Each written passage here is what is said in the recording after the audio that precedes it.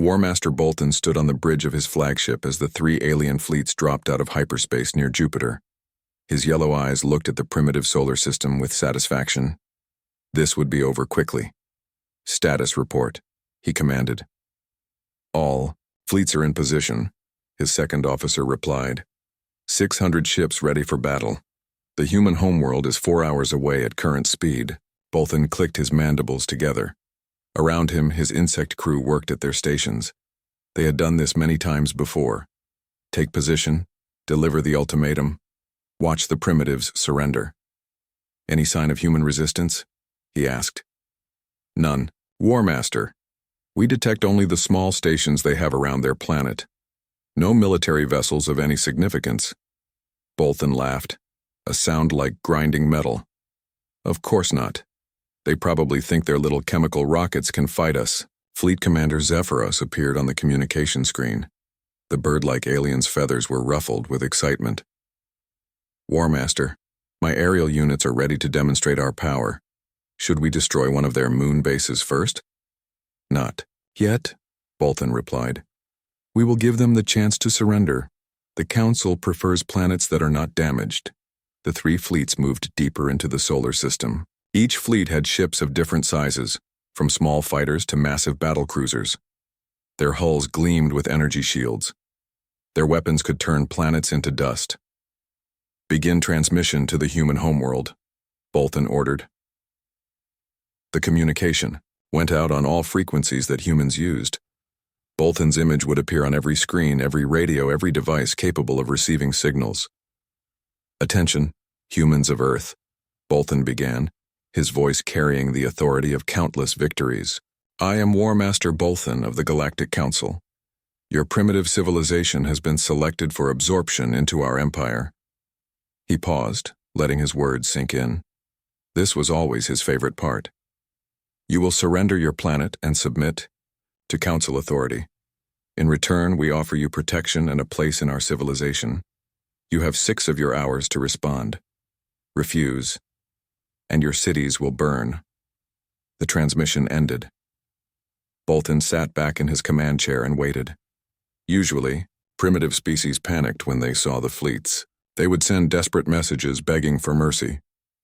"War Master," his communications officer said, "we are receiving a response." "Already?" "Put it through." A human face appeared on the screen. It was a woman with short black hair and calm, dark eyes. She wore a uniform that Bolton did not recognize. "I am Captain Park So-Jin of the United Human Space Command," she said. Her voice was steady and showed no fear. "Your offer is rejected." Bolton blinked in surprise. He had expected panic, not this calm refusal. "Human, do you understand what you are saying? We have 600 ships.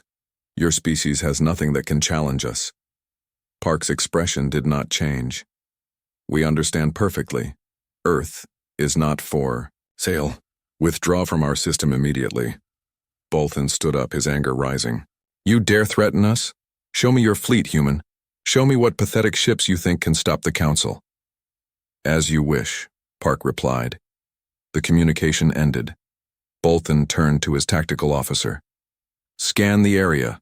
Find their ships." "Scanning. Now, War Master, I detect— Wait.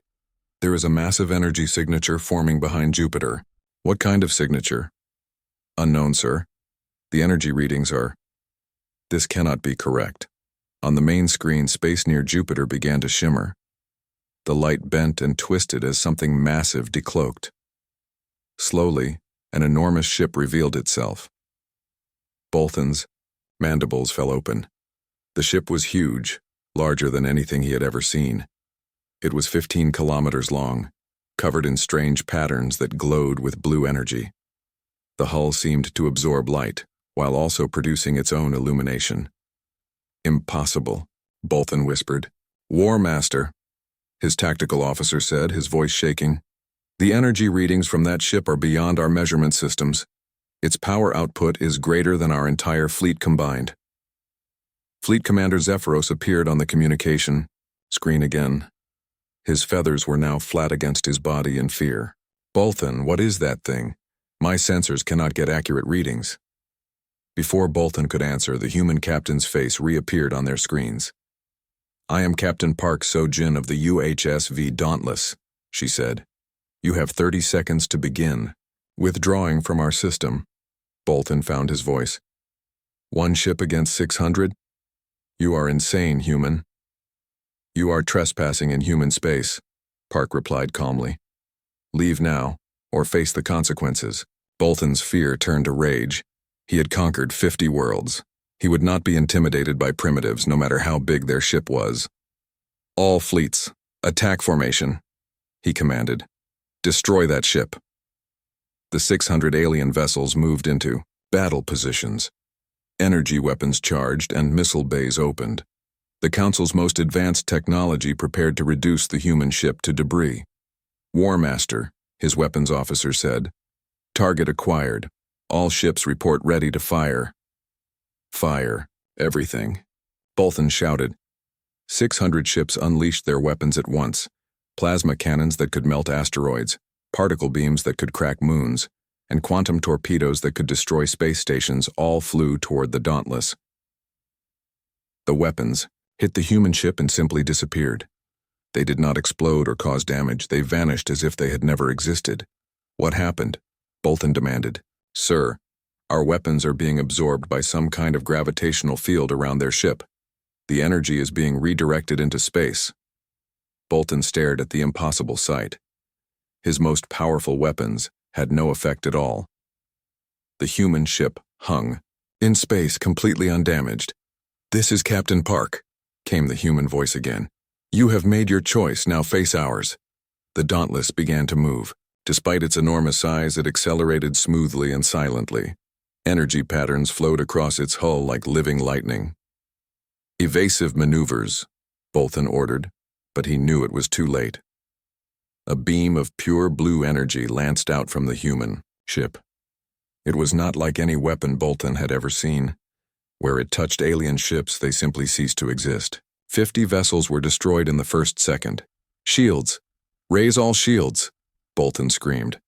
The alien ships activated their defensive systems, but it made no difference. The human weapons passed through their shields as if they were not there. Another pulse destroyed 40 more ships. "War Master!" Zephyros called out in panic. "My fleet is being destroyed. What are those weapons?" Bolton had no answer. In all his years of conquest, he had never seen anything like this. The human ship was not just advanced, it was using technology. That seemed impossible. "All ships retreat," he finally ordered. "Full speed away from that monster." But the human ship was faster. It moved through space like it was ignoring the normal laws of physics. Another weapon fired, and this time gravity itself seemed to twist. 30 alien ships were crushed into tiny balls of metal. "Please," Bolton found himself saying. "We surrender. We will leave your system."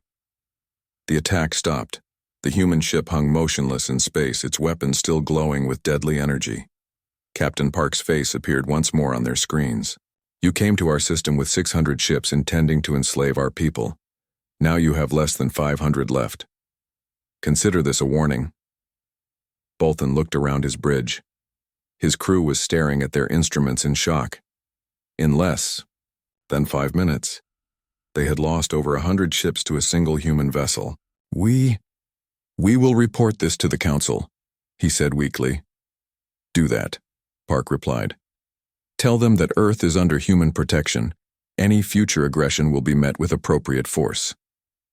The communication ended, leaving the alien fleets alone, with their fear and confusion. For the first time in his long military career, War Master Bolton had encountered a species that was stronger than the Galactic Council, and they had barely begun to show their power. The massive station hung in space like a crystal palace. Its walls were made of pure energy that glowed with soft blue light. Inside the main chamber, 12 different alien species sat around a circular table. This was the Galactic Council, and they had ruled the galaxy for thousands of years. Councillor Vrexta leaned back in his chair. His reptilian skin was dark green, and his yellow eyes looked bored. He had seen this meeting 100 times before.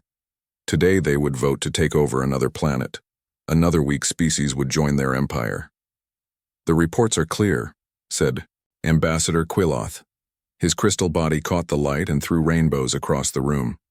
The species calls themselves humans. They live on a planet called Earth in Sector 7G. Warmaster Bolton clicked his mandibles together. The insect-like alien was always eager for battle. "What weapons do they have?" he asked. Quilloth touched a button, and images appeared above the table. Everyone could see primitive rockets shooting flames as they climbed into space. They saw basic radio towers sending simple messages. "Chemical propulsion," Quilloth said with a laugh. "Radio waves for communication. They have not even reached their own moon properly." The other council members looked at the images and shook their heads. Vrexta yawned, showing rows of sharp teeth. "How boring," he said. "Another primitive world." "Their population is about 8 billion, Quilloth continued. "They fight among themselves constantly. Wars over land, resources, beliefs. They cannot even unite their own planet." Bolton stood up, his 6 legs making sharp sounds on the metal floor.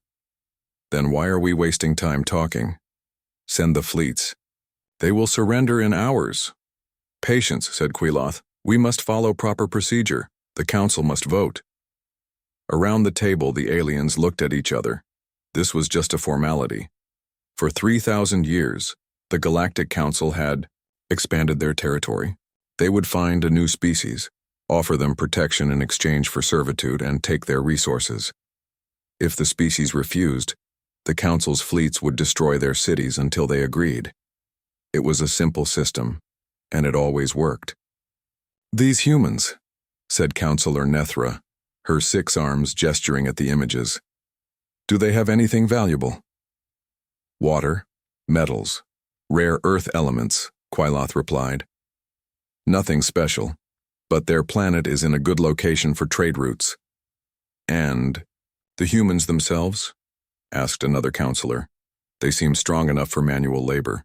Their lifespans are short, only about 80 of their years. They breed quickly, though." Vrexta looked at his claws and cleaned them with a small blade. "Have you prepared the standard message?" "Of course." Quilloth's crystal body glowed brighter. "Greetings from the Galactic Council. We offer you protection and membership in our great civilization. In return, you will provide resources and labor. You have 7 of your days to decide. Refuse and face the consequences." 7 days? Bolton laughed, a sound like grinding metal. "These primitives will surrender in 7 minutes once they see our ships." The vote was quick and unanimous. 12 species, 12 votes to absorb Earth into their empire. It had never been any different. "Bolton," Vrexta said, "how many ships will you need?" The Warmaster thought for a moment. 3 fleets should be enough. 600 ships total. Actually, that might be too many. These humans have nothing that can hurt us. "Better to be sure," said Quilloth. "We do not want any surprises." Bolton nodded. 3 fleets, then. I will lead the first one myself. This should be finished quickly." As the council members prepared to leave, Vrexta looked once more at the images of Earth. He saw the blue and green planet spinning slowly. In space, small metal satellites orbited around it. Tiny ships moved between the planet and its moon. "Primitive," he muttered, "just like all the others." In the following days, 3 massive fleets prepared for departure.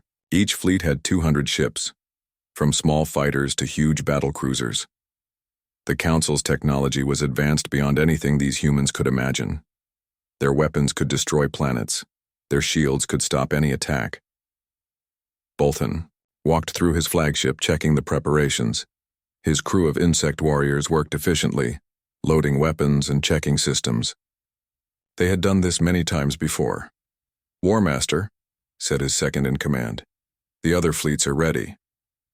"Good. How long to reach the human system?" 2 days at maximum speed." Bolton clicked his mandibles in satisfaction. "Excellent. Send the message to all ship commanders. This is a standard absorption mission. The humans will surrender quickly once they see our power." Throughout the 3 fleets, alien crews made final preparations. They had conquered hundreds of worlds.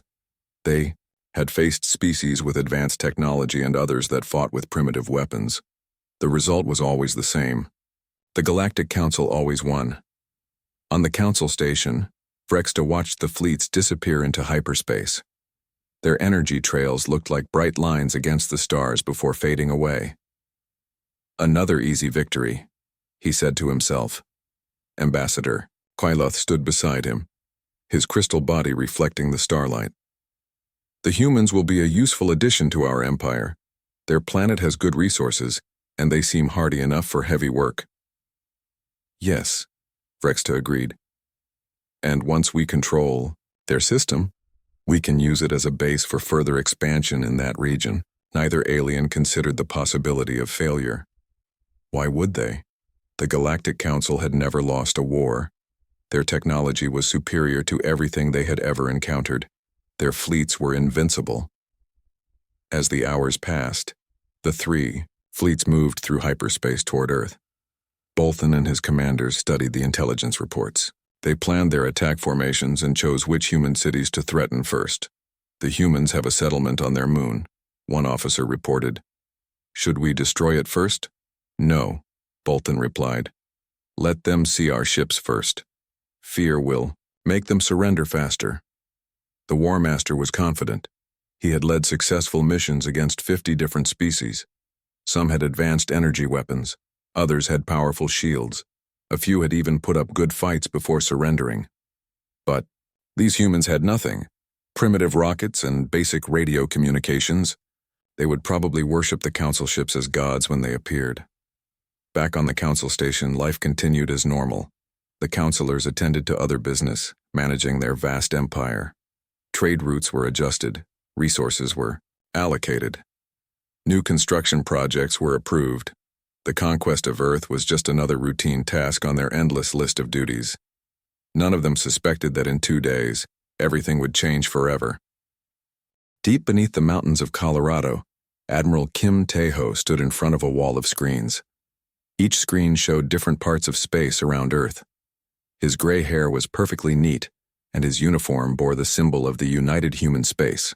Command, Admiral, said his aide. We have confirmation. 3 large fleets are approaching our system. Kim nodded slowly. He had been expecting this day for 15 years. Ever since the first alien probe was detected near Jupiter, humanity had been preparing. How long until they arrive? He asked. 18 hours, sir. Kim touched a button on his console. Alert all UHSC facilities. Operation Guardian is now active. Across Earth, hidden bases came alive with activity. In the Australian desert, massive doors opened in what looked like empty sand. Underground shipyards that had been secret for decades began their final preparations. Orbital platforms that appeared to be simple space stations revealed their true purpose. Captain Park So-jin received the alert while standing on the bridge of the UHSV Dauntless. Through the massive windows, she could see the ship's hull stretching, away for kilometers. The Dauntless was 15 kilometers long and 3 kilometers wide. It was the largest ship humanity had ever built. Captain, said Lieutenant Commander Yu Minji, all systems are green. We are ready for deployment. Park looked at her crew. These men and women had trained for years for this moment. They came from every nation on Earth, united by a single purpose, protecting their home. Chief Engineer Lee, report on the quantum systems, Park ordered. Chief Engineer Lee Dong-woo looked up from his station. His hands moved quickly across holographic displays. Quantum disruptors are at full power, Captain. Gravitational shields are stable. All AI systems are online. Park smiled. The aliens had no idea what they were facing. The Dauntless had been built using technology that humanity developed, in secret. When the first alien probe was detected, Earth's governments realized they needed to work together. The old conflicts between nations seemed foolish when faced with the possibility of alien invasion. Scientists from every country shared their research. The best minds on Earth worked together to create new technologies. They studied the alien probe's remains and learned about materials and energy sources they had never imagined. The breakthrough came when Dr. Han Ji-woo discovered how to manipulate quantum fields. This led to weapons that could disrupt matter at the atomic level. It also created shields that could bend gravity itself. "Captain," Yu Minji said, "Admiral Kim is requesting communication." Park nodded. "Put him through." Admiral Kim's face appeared on the main screen. Behind him, Park could see the busy command center deep under the mountains. "Captain Park," Kim said, "the time has come. How is your crew?"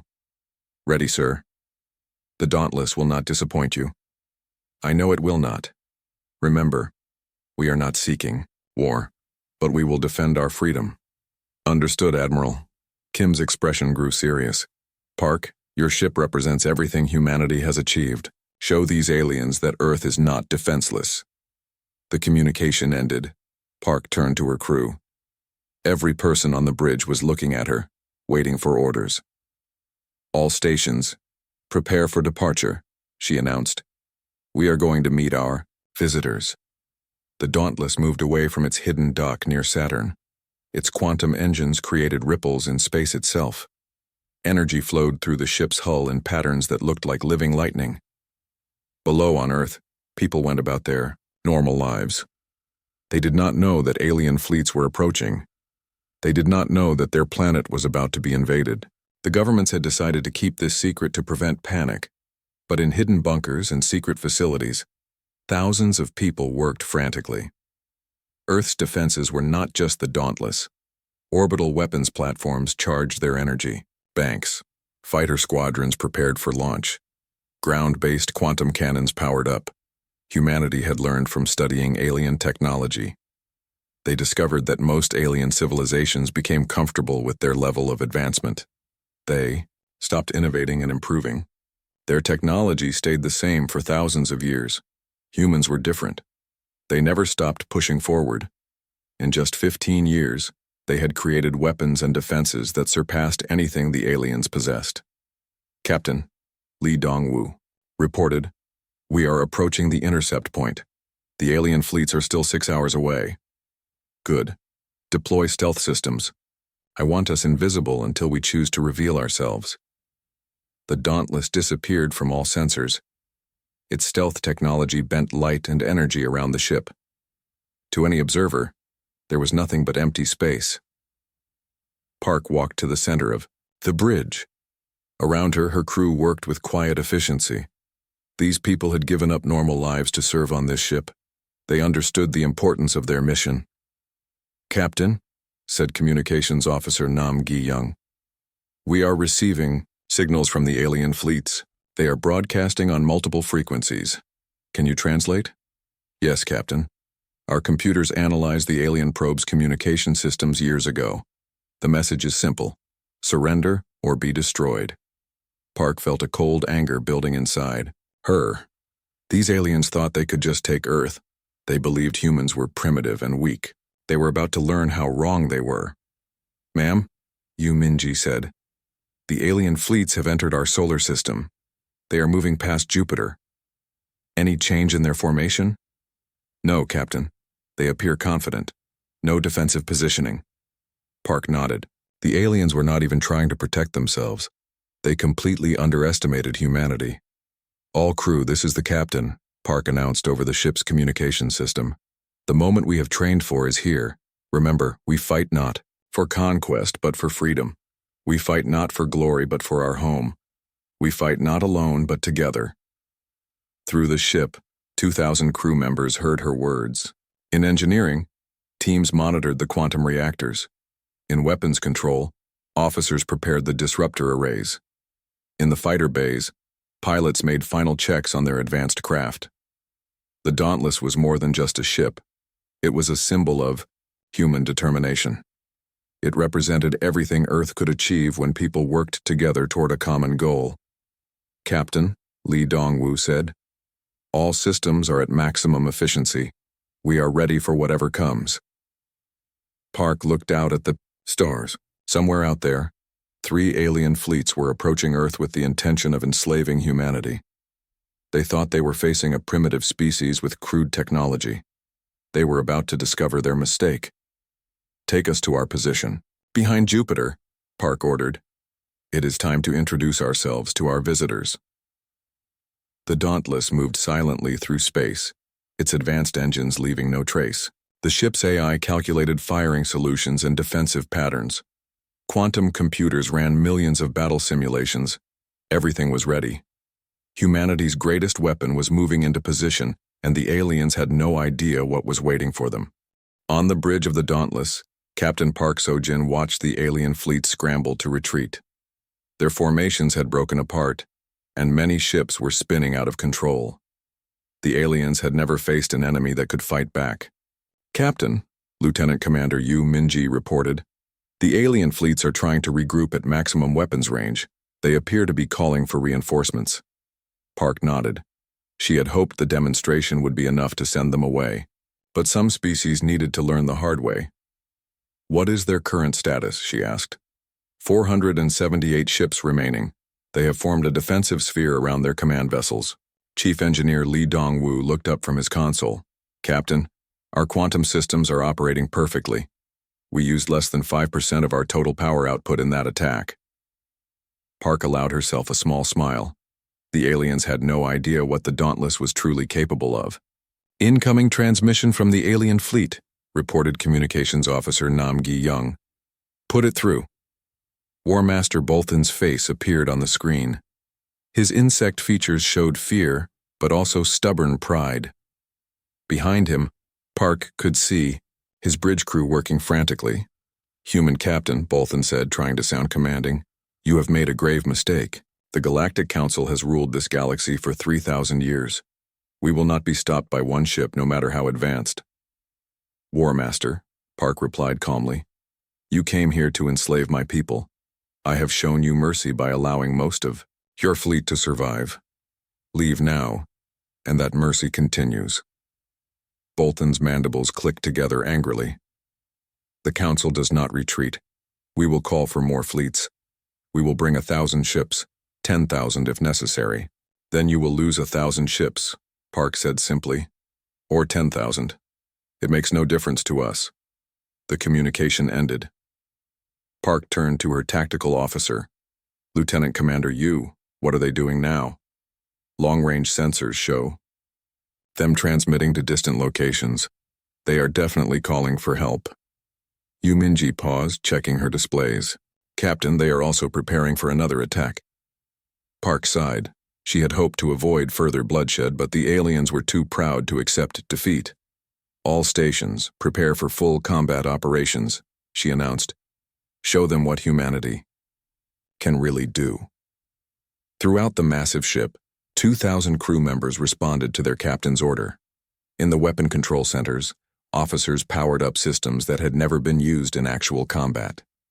In engineering, teams monitored quantum reactors that could power entire planets. "Captain," Lee Dong-woo said, "all weapon systems are online. Quantum disruptors, gravitational manipulators, temporal distortion fields, and kinetic accelerators all ready." "Very good. You, what is the enemy formation?" "They have spread out into 3 separate groups, trying to attack us from different angles. Classic pincer movement, about 160 ships per group." Park walked to the center of the bridge. Through the massive windows she could see the alien ships in the distance, tiny points of light preparing to attack her home. "They still do not understand," she said quietly. "They think numbers will save them." The alien attack began with a coordinated assault from all 3 groups. Hundreds of plasma cannons fired at once, creating a storm of energy that could have destroyed any normal ship. Particle beams and quantum torpedoes followed, enough firepower to crack a planet. All of it harmlessly disappeared into the Dauntless's gravitational shields. "Return fire," Park ordered. "Selective targeting. Disable their command ships first." The Dauntless responded with precision beyond anything the aliens had ever seen. Blue beams of quantum energy reached out across space, each one perfectly aimed. Where they struck alien ships, the vessels simply stopped working. Their power systems failed, their engines went dead, their weapons became useless metal. "Incredible," Yu Minji whispered. "Our targeting computers are accounting for gravitational fields, solar wind, even the quantum fluctuations in space itself. The accuracy is perfect." Within 30 seconds, all of the alien command ships were floating dead in space. The remaining vessels found themselves without orders, without leadership, and facing an enemy they could not comprehend. But the aliens did not surrender. They continued their attack, perhaps hoping that sheer numbers would eventually overwhelm the human defenses. Park decided to show them how wrong they were. "Activate gravitational manipulators," she ordered. The space around 50 alien ships suddenly twisted. Gravity became a weapon, crushing the vessels into tiny spheres of compressed metal. The pilots inside had no time to even realize what was happening. Temporal distortion field, Section 7, Park continued. Another group of alien ships suddenly aged 10,000 years in the span of seconds. Their hulls crumbled to dust, their systems corroded into nothing. Time itself had become humanity's weapon. Kinetic accelerators, full spread.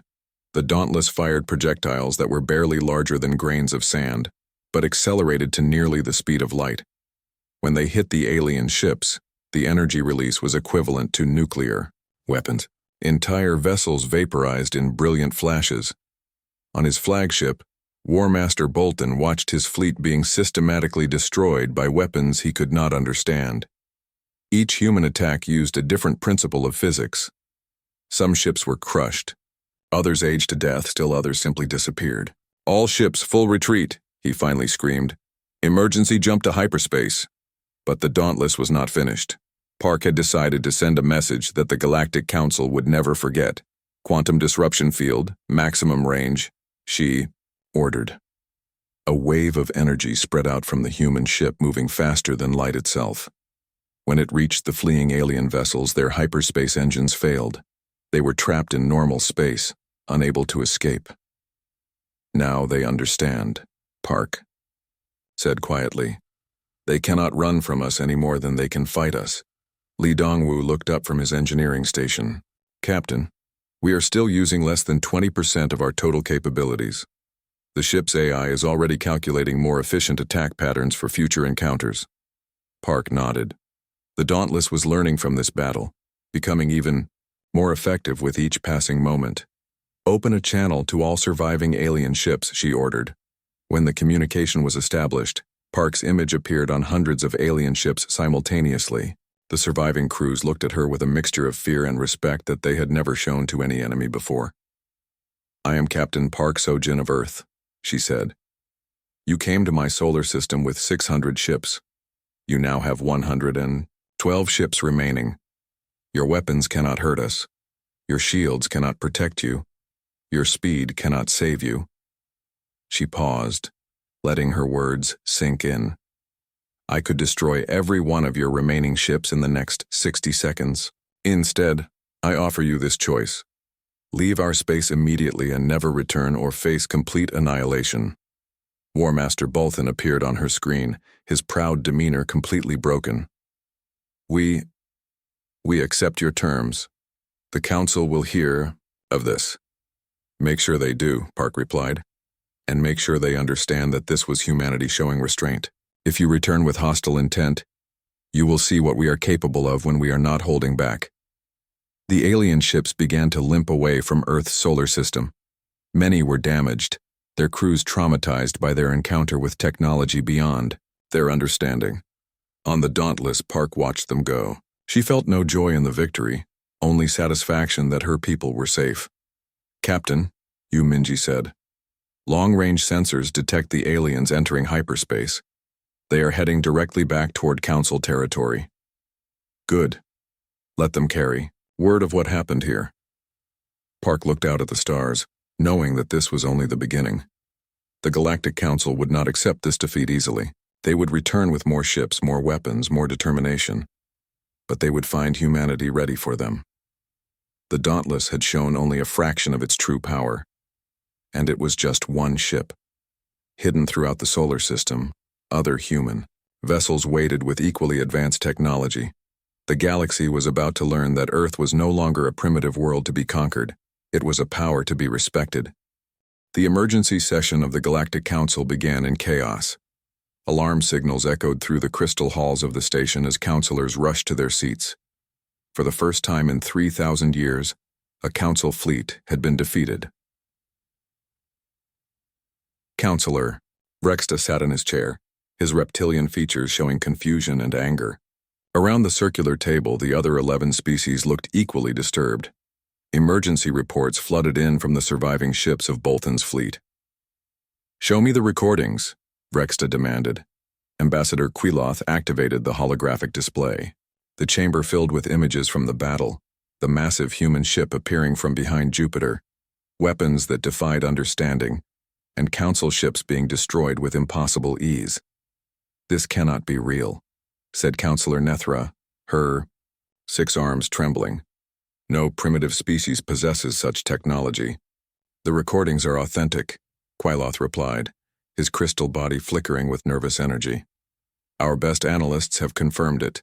The humans destroyed nearly 500 ships in less than an hour." Rexta watched as the human ship crushed alien vessels with gravity itself. He saw time being used as a weapon, matter being disrupted at the quantum level. Each attack showed technology that was centuries beyond what the Council possessed. "How is this possible?" he whispered. The chamber's main communication system activated. War Master Bolton's battered face appeared on the screen. His ship floated, in space, barely functional after its escape from human territory. "Council members," Bolton said, his voice shaken, "I must report complete mission failure. The human species possesses military technology far superior to our own." "Explain yourself," Rexta ordered, though part of him did not want to hear the answer. Bolton took a deep breath. "Their ship, the Dauntless, is 15 kilometers long. Our most powerful weapons had no effect on its shields. Their weapons destroyed our ships instantly, using principles of physics we do not understand." "One ship defeated 3 fleets?" asked Counselor Drathmore, his mechanical parts clicking in disbelief. "One ship, yes, but council members, I believe it was holding back. The human captain could have destroyed us all, but she chose to let most of us escape." Silence fell over the chamber. The idea that a primitive species had shown mercy to the mighty Galactic Council was almost more shocking than the military defeat itself. Queloth leaned forward. "War Master, what was your assessment of their overall capabilities?" "Unknown," Bolton replied. "We only saw a fraction of what they can do. Their technology appears to manipulate fundamental forces of nature. Gravity, time, quantum fields, they use them all as weapons. Impossible," Rexta said, but his voice lacked conviction. "Sir," Bolton continued, "there is more. During the battle, I detected other energy signatures throughout their solar system. The Dauntless was not alone. They have more ships, more weapons we never saw." Another counselor, Kethlar of the Energy Collective, spoke up. "Perhaps these humans discovered some ancient technology, a lost artifact from the precursor civilization." "No," Bolton said firmly. "This technology is new. It bears no resemblance to precursor designs. The humans developed this themselves." The chamber erupted in discussion. For 3 millennia, the Council had been the dominant power in the galaxy. Their technology was ancient and proven. They had never encountered a species that could challenge them. "Silence," Rexta roared. The chamber quieted. "Queloth, what do we know about human development?" The Crystal Ambassador consulted his records. "According to our intelligence, humans achieved spaceflight only centuries ago. They were fighting with chemical weapons and metal projectiles when we first detected them. And now?" Rexta asked, though he dreaded the answer. "Now they have technology that makes us look primitive." The truth hung in the air like a poisonous cloud. The Galactic Council, which had ruled the galaxy for 3,000 years, had been surpassed by a species that had barely learned to leave its homeworld. "Council members," came a new voice. The main screen split, showing Admiral Kim Tae-ho of the United Human Space Command. His calm face looked directly at them from his command center on Earth. The counselors stared in shock. No one had given permission for this communication. Yet somehow the humans had connected directly to their most secure systems. "I am Admiral Kim Tae-ho," the human said. "I believe we need to talk." Rexta found his voice. "How did you access our communication systems?"